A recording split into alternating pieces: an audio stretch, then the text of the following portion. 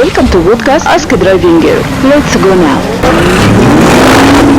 هنسأل النهاردة هبة معاكي المايك. انا بتسأل كل مرة انا اللي بسأل، المرة دي انا اللي هتسأل.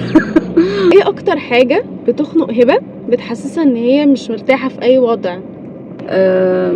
بصي، انا ما بحبش التحجيم، يعني ما بحبش حد يحط لي تارجت في حياتي في حاجة. بحب الدنيا اوبن كده، بس مش معنى كده ان انا بحب الدنيا مفتوحة قوي، لا، بس اللي هو انا ما بحبش الخنقة.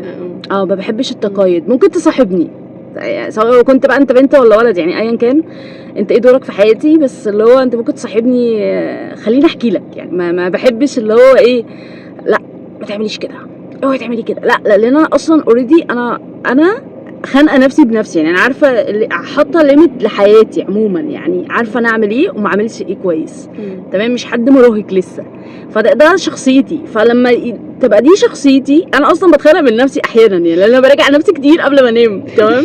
فاللي هو اما يجي حد ده يدخل حياتي تاني، فاللي هو يجي يقول لي لا دي حاجه يعني ممكن يكون انت صح وانا مقتنعه بيها، وممكن في العادي اللي انت بتطلبه مني ده انا اوريدي هعمله في حياتي، يعني او انا بسمعه لنفسي كل يوم قبل ما بنام.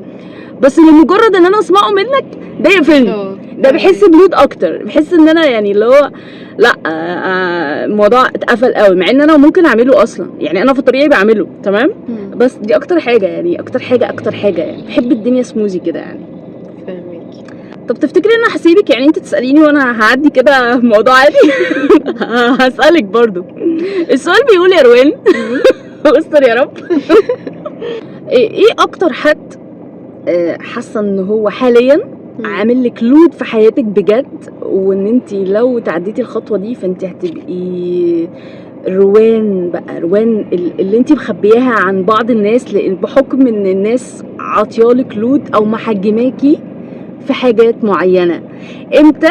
امتى تحسي ان اللود ده اتشال تمام، واوريدي انت بقيتي بتعملي كل اللي انت عايزاه من دماغ روان، تكتشفي روان بقى امتى ومين الشخص؟ بصي، هو مش فكرة ان انا اكتشف روان زي ما انتي قلتي، هي مستخبية عشان مش ما عندهاش فرصة ان هي تبقى تطلع وتتعامل وكده وتبقى بره يعني. بس الشخص اللي بيحط لي اللود في حياتي هم